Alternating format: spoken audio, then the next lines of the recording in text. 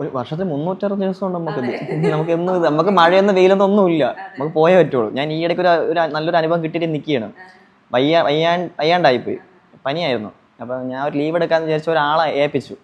അവിടെ അടുത്ത് ആറ്റുകാലുള്ള ഒരു പയ്യനാണ്. അപ്പം നമ്മൾ അറിയാമെന്നുള്ളവർ ആദ്യം വിളിച്ചു. ആദ്യം ബ്രദേഴ്സ് കുറച്ചുണ്ട്, കസിൻസ് കുറച്ച് പേര് ശാന്തിക്കാരുണ്ട്, അവരെയൊക്കെ വിളിച്ചു നോക്കി. അവരാരും ഇല്ല. അപ്പം നമ്മൾ ഗ്രൂപ്പുണ്ട്, കമ്മ്യൂണിറ്റിയുടെ ഗ്രൂപ്പുണ്ട് ഇതിനകത്ത് ശാന്തിക്കാരുടെ.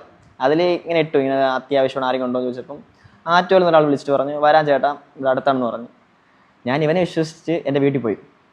ഇവിടെ ഒരാളെ ഏൽപ്പിച്ചാൽ ഞാൻ വിളിക്കും, എത്തിയോ എന്നറിയാൻ വിളിക്കും. ഞാൻ 4:30 തൊട്ട് 5 മണി വരെ വിളിച്ചു, ഫോൺ എടുത്തിട്ടില്ല. അവസാനം അവിടുത്തെ ഭാരവാഹികളെ വിളിച്ച് ചോദിച്ചു, വന്നോ ചോദിച്ചു. വന്നിട്ടില്ല എന്ന് പറഞ്ഞു. വയ്യാത്ത ഞാൻ 2 ഗുളികയും കഴിച്ച് കുളിച്ച് റെഡിയായി. അവിടെ നിന്ന് 22 കിലോമീറ്റർ ഉണ്ട്. ഇവിടെ എത്തിയപ്പോൾ 6 മണി കഴിഞ്ഞ്. 5:30 അമ്പലമാണ്. ഇങ്ങനത്തെ പ്രശ്നങ്ങളുണ്ട്. സമയം, ഉറക്കം, എത്ര വയ്യെങ്കിലും പോയേ പറ്റുള്ളൂ. ലീവ് കിട്ടിയാലും നമ്മൾ ടെൻഷനാണ്. വരുന്ന ആൾ എങ്ങനെയുള്ള ആൾ നമുക്ക് പറയാൻ പറ്റത്തില്ല. ബ്രേക്ക് എടുക്കണമെങ്കിൽ ഈ ജോലി മതിയാക്കിയാലേ പറ്റുള്ളൂ.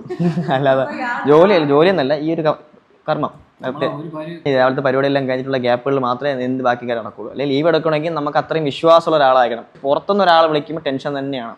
ഇതിനേക്കാൾ ഒരുപാട് പ്രശ്നങ്ങൾ ഉണ്ടായിട്ടുണ്ട്.